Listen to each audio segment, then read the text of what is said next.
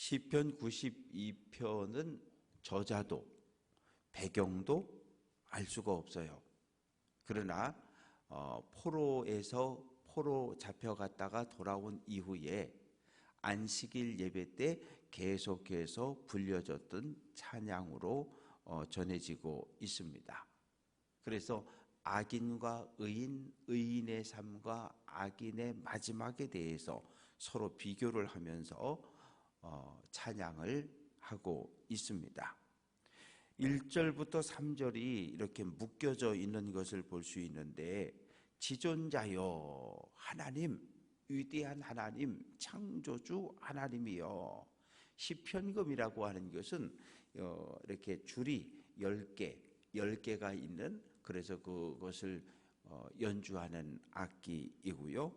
비파, 수금, 이 비파와 수금이라고 하는 것은 성전 예배에서 오래전부터 사용되어진 그런 악기들입니다.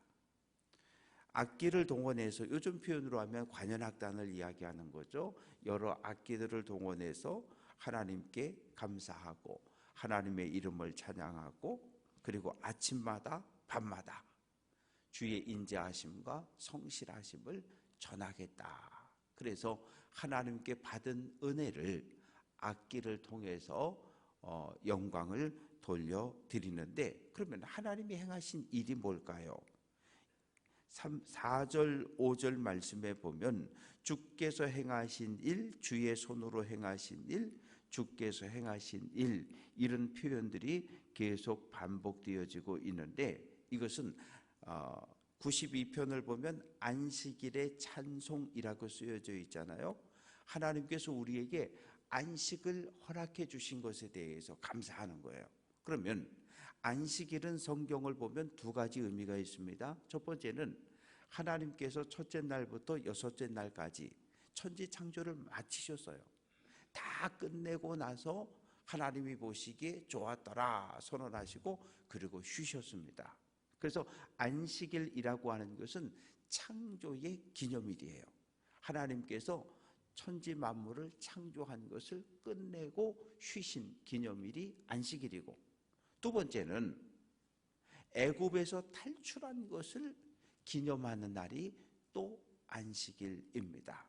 그래서 하나님께서 우리에게 이렇게 자연 만물을 우리에게 허락해 주신 것 감사하고, 또 우리 민족을 애굽의 억압과 통치에서 구원하고 해방시켜 준 것에 대해서 감사하고, 그래서 우리가 매 주일 예배를 드리는데, 주일이라고 하는 것은 주의 날이란 말의 준말이거든요. 주님의 날이란 이야기예요. 그런데 달력을 보면 주일이 제일 앞에 나와 있어요. 교회를 나오지 않는 사람들에게는 월화수목금 일하고 금요일 오후부터 주일까지가 주말, 그래서 놀러가고 쉬는 날이에요. 그런데 우리에게, 하나님을 믿는 우리에게는 주일이 한 주간을 시작하는 첫날이 되는 거예요. 한 주간을 시작하는 첫날, 주님의 몸인 교회에 모여서 하나님을 예배하고 하나님을 찬양하고 영광 돌리는 날이 우리에게는 주일인 겁니다. 주일이에요. 그래서 한 주간을 시작하는 첫날 하나님을 예배하고, 하나님을 예배하던 그 마음을 가지고 나가서 월요일부터 토요일까지 한 주간을 최선을 다해서 거룩하고 신실한 삶을 살아내고, 또 한 주간을 시작하는 첫날 주님 앞에 나와 하나님을 예배하는 것이 우리들의 모습입니다. 그래서 우리는 늘 지난 한 주간 믿음의 길을 걸어오며 우리에게 은혜 베풀어 주신 하나님의 은혜에 대해서 감사하는 마음으로 찬양하고, 오늘부터 시작되는 또 다른 한 주간의 삶을 하나님께 맡겨드리는 마음을 가지고 우리는 하나님께 예배를 드립니다. 그래서 이제 7절부터 9절까지 말씀 속에는 악인에 대한 이야기가 기록이 되어져 있어요. 우리 눈으로 볼 때, 현실 세계에서 우리 눈으로 볼 때 악인들이 풀같이 자란다는 얘기는 악인들이 하는 일이 막 잘 된다는 거, 사업도 잘 되고 뭐 하여튼 건강하고 다 잘 된다는 얘기예요. 악을 행하는 자들이 흥왕할지라도, 번성하고 번영하고 모든 것이 평안할지라도 영원히 멸망한다는 거예요. 그리고 9절 말씀도 여호와여 주의 원수, 하나님의 백성인 성도를 공격하는 것은 곧 하나님을 공격하는 것이라고 성경은 이야기하는 거예요. 쉽게 말하면 어디 있는데 아빠하고 아들하고 있는데 아들을 누가 때리면 그 아들이 아빠에게 가요. 그럼 아빠가 딱 나타나면 아빠는 누구 편들어? 내 아들 편드는 거잖아요. 그러니까 하나님의 백성을 공격하는 것은 곧 하나님을 공격하는 것이다. 이것이 성경의 기본입니다. 그래서 하나님께서 하나님의 백성인 이스라엘을 공격하는 대적들을 하나님이 친히 싸워서 물리쳐 주시는 거예요. 언제? 이스라엘 백성이 말씀에 순종하고 하나님 편에 서 있을 때. 그래서 9절 말씀도 보면 주의 원수 대적들은 패망하고 흩어진다. 그러나 10절부터 15절까지 말씀 속에서 하나님의 백성, 의를 행하는, 하나님과 바른 관계를 맺고 살아가는 의인들은 내 뿔, 성경에서 뿔이라고 하는 것은 영광, 권위, 힘 이런 것을 이야기하는데 내 뿔을 들소의 뿔같이 높이셨다. 들소의 뿔은 모든 그 짐승들이 뿔을 가지고 있는데 이 들소의 뿔보다 강한 거 없어요. 들소의 뿔로다가 차를 들이받으면 차가 구멍이 뻥 뚫려버릴 정도로 이 들소의 뿔은 아주 견고하고 힘이 세요. 그래서 누구를? 의인인 우리들의 뿔을, 권위를 하나님께서 높여주셨고 내게 신선한 기름을 부었다. 옛날에는 성전에서 감람기름을 사용해서 불을 붙였거든요.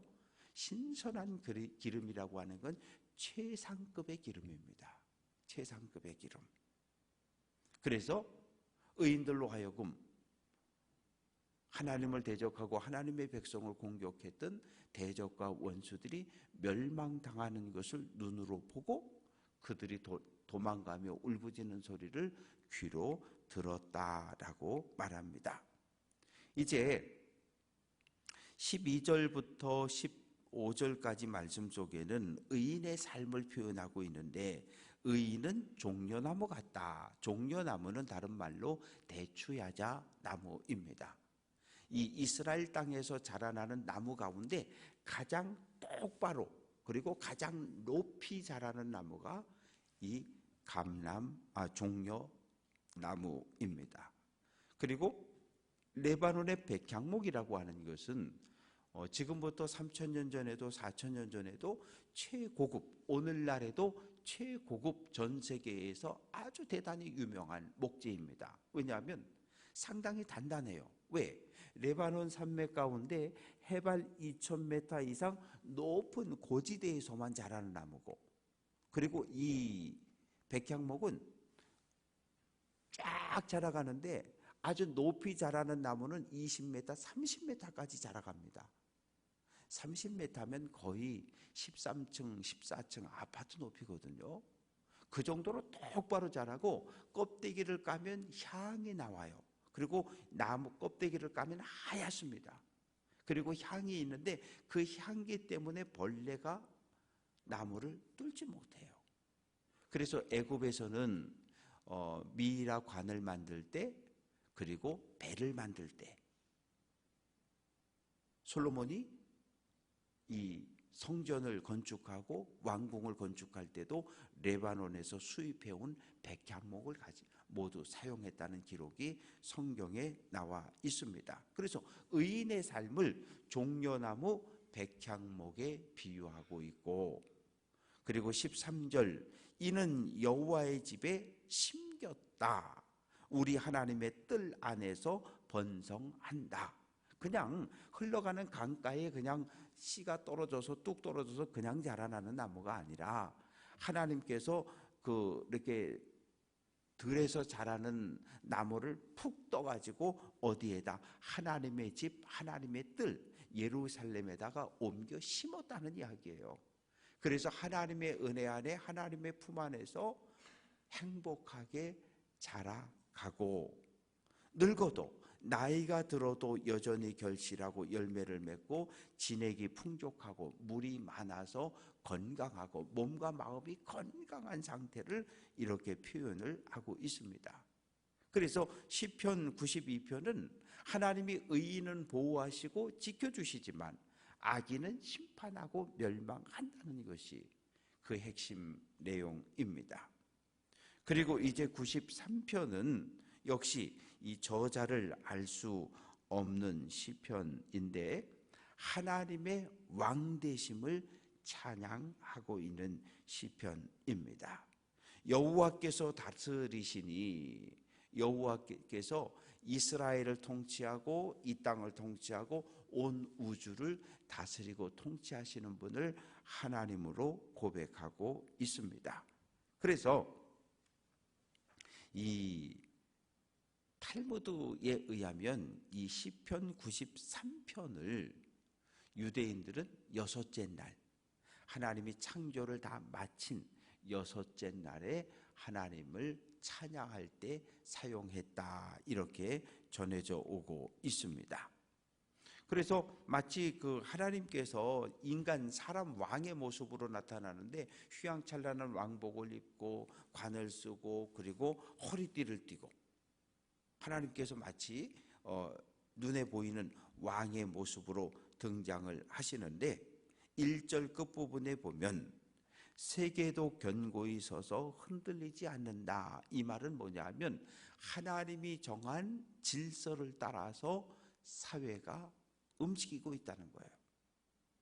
오늘 우리가 살아가는 이 사회는 안정되어 있지를 않아요. 우리가 보면 정치도 혼란하고 요즘 경제도 어렵고 또 그 러시아하고 우크라이나 전쟁이 계속되면서 전 세계 경제가 전체적으로 다 어려움을 겪고 있는 거거든요. 밀값도 올라가고 빵값도 올라가고. 그래서 오늘 우리가 살아가고 있는 이 사회는 우리가 편안함을 잘 느끼지 못해요. 거기서 또 어디는 또 강화도 쪽에서 지진이 또 뻥 해가지고 서울 수도권까지 흔들흔들 거렸다 그래갖고 다 불안하고, 아니 뭐 우주를 날아다니고 있는 수명이 다 된 우주선이 또 뭐 한반도에 떨어진다 그래서 또 그냥 어제 하루 종일 또 방송이 시끌시끌하고 미세먼지 때문에.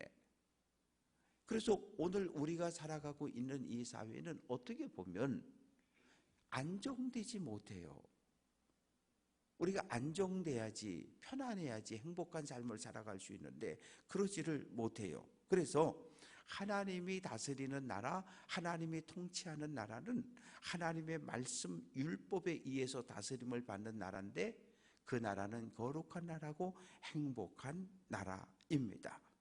그래서 2절 말씀 보면 주의 보좌는, 하나님의 보좌는 오래전부터, 옛날 사람들은 하나님의 보좌가 첫째 하늘, 새들이 날아다니는 첫째 하늘, 둘째 하늘, 해와 달과 별들이 있는 둘째 하늘, 그리고 그 위에 셋째 하늘에 하나님의 앉아있는 의자가 있고 하나님이 셋째 하늘에 앉으셔서 이 땅을 통치하고 다스린다고 옛날 사람들은 그렇게 믿었습니다. 그래서 하나님의 보좌는 견고하게 섰고 하나님은 영원부터 계시는 분이다. 그런데 그 하나님을 대적하는 존재가 있어요. 누굽니까? 물입니다. 3절 말씀 보면 큰 물, 물결. 또 4절 말씀 보면 물소리, 바다의 큰 파도. 창세기 1장 2절을 읽어보면 하나님이 천지를 창조하기 직전에 땅이 있었고 그 땅을 물이 덮고 있었거든요. 땅을 물이 덮고 있으면 땅이 땅의 역할을 못하는 거예요. 그래서 하나님이 행하신 일이 무엇입니까? 땅하고 바다의 경계를 나눠버린 거예요.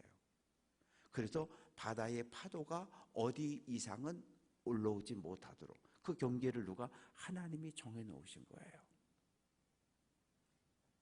그래서 이 성경에서 물, 파도, 물결, 홍수 이런 것들은 늘 하나님을 대적하는 반대 세력으로 사용이 되어진 것을 볼 수 있습니다. 그래서 요단 출애굽 1세대의 앞을 막았던 것도 홍해였고, 모압까지 광야 40년을 걸어서 왔는데 가나안 땅 들어가야 되는데 가나안 땅을 들어가는 그 길을 막고 있는 것도 요단강이었고, 그래서 하나님은 홍해도 가르시고 요단강 물도 끊어 멈추게 하시고, 그래서 하나님의 백성을 건너게 하시고 들어가게 하셨습니다. 그래서 5절 말씀은 이 세계를 통치하는 하나님은 이스라엘뿐만 아니라 온 세상을 다스리시는 영원하신 통치자요 창조자이신 것을 고백하며 찬양을 합니다. 말씀을 정리해 보면, 하나님은 하나님 편에 서 있는, 하나님을 신뢰하고 하나님과 바른 관계를 맺고 있는 의인은 보호하고 돌보시지만, 하나님을 떠나서 말씀에 불순종하고 하나님을 대적하는 자리에 서 있는 자들은 하나님이 심판하신다는 거예요. 그러니 우리는 어떻게 하라고요? 우리의 왕 되시고 우리의 보호자가 되시고 통치자가 되시는 늘 하나님을 의지하며 하나님을 예배하고 영광 돌리는 삶을 살아갈 것을 우리에게 명령하고 있습니다. 바라고 소망하는 것은 오늘 한 날도 하나님의 말씀을 마음판에 새기고 하나님의 손을 꼭 잡고 믿음의 길을 잘 달려갈 수 있는 귀한 성도들 될 수 있기를 주님의 이름으로 축원합니다.